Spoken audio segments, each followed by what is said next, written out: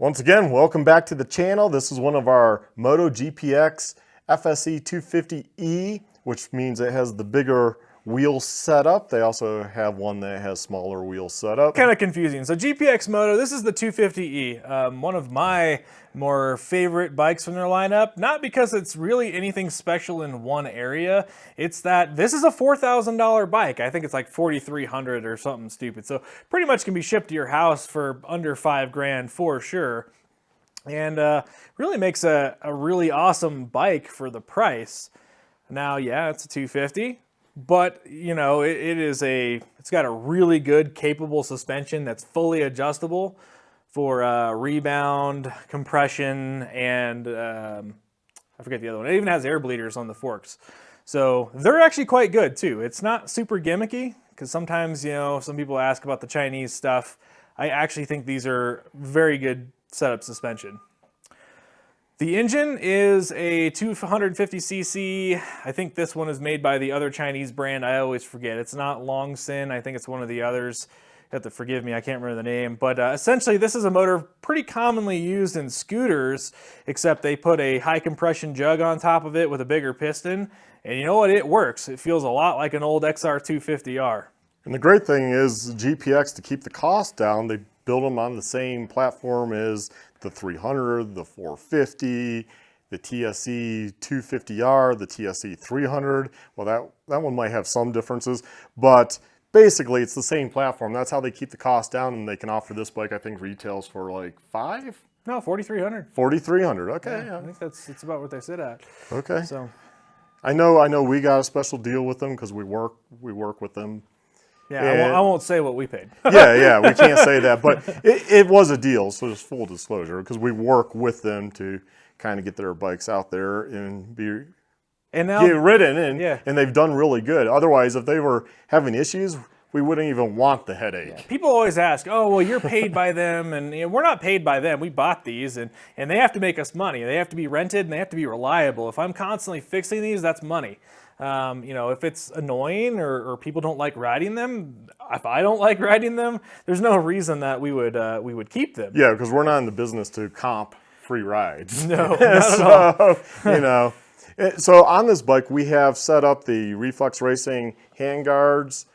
They're pretty cool. They go in here with a wire, and you can adjust it. The wire's quite long, so there's plenty of adjustability just to make it fit with the dash there.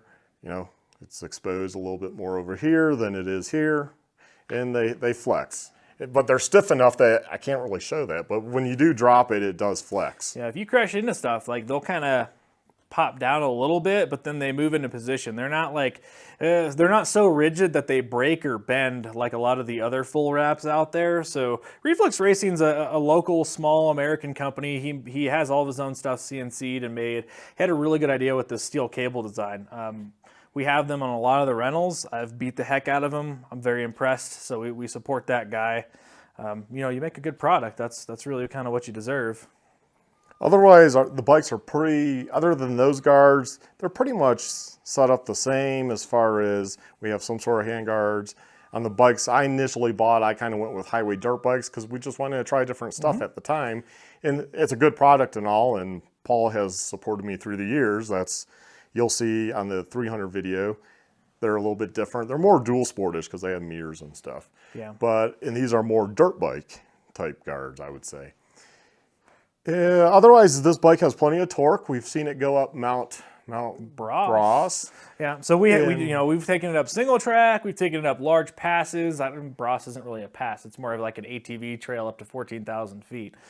So yeah, the motor is quite strong, and I suppose the only con for some people is going to be that it's still carbureted. I know the carbureted versus fuel injection is always an argument between everybody. This bike's carbureted, has a very simple carburetor, can be upgraded to a better carburetor for 60 bucks, which I haven't done yet. But even in its totally stock form, it's got great power. I've done the Skeleton Loop single track out in Rampart. We've done Captain Jack's Loop single track with it. I don't know, it's a great lightweight dual sport, I'm gonna call it, in kind of in that class. The bike weighs 269 pounds is what we weighed it at. So Yeah, and there's no radiators, no fluid or anything, so there's no radiators to break. It's another thing that, if you're a more inexperienced rider, you don't have to worry about it when you drop this bike. There's really nothing to super break on it. My only complaint maybe that the 300 kind of makes up for is that it doesn't have a Kickstarter. But nowadays, not many bikes do anyways. Yeah, no Kickstarter, but that's okay. I mean, it's a great little dual sport bike, and for the price, it's awesome, and for the rental cost, it's awesome. And how much do we rent this one for? So right we're now renting it for $125 a day. I was renting a little bit cheaper. Of course, cost for rider share went up a little bit, so charging a little more. But it is our cheapest rental. In fact, it's the cheapest dirt bike rental in the entire state, if you want to go down to it. And the feedback we usually get is that, oh, you know what, it's a really awesome bike. I just wish it had more power. Well, 250 is always a 250. I don't think you're going to get around that. Going up to our 300 is a pretty big power boost. And we are Forest Service approved. We have the Inserts. Fish Moto. Yeah, the Fish Moto inserts. So you're good to go there. The Ranger's not going to bother you. We do have to, I guess, suppose we do have to get our stickers. Yeah, we need new. So we've been kind of dragging on that because of the season, and we were hoping we're going to be selling stickers soon. Yep. So we'll just point that out. But just to keep this video on track, I think that's pretty much it for this bike. LED headlight, same as all the other GPX bikes. It works great, no issues. In fact, this headlight is made in the KTM factory. When you take it apart, it's... It actually says, it has a KTM part number on it, which is kind of funny. So there, it's a quality headlight. I mean, or at least the LEDs are the quality part. I don't know. But anyways, there it is, and you can rent it on Rider Share, or better yet, just go to AMMMotoToys.com, or just look up A&M Moto Toys, do Google search, will come up. But we are located in Monument, Colorado, so 481 CO-105, Monument, Colorado, 80132. And yeah, go ahead, start enjoying the nice weather we've been getting, and get out there and ride on a cheap rental. Maybe you have a buddy that's flying into Colorado. They don't have a bike here, you have a bike, but you can get them on something, whether it's this, our 300, or the Reihu 300 MR Pro. You could get them on one of that. Maybe you want to try one of those, or electric bike.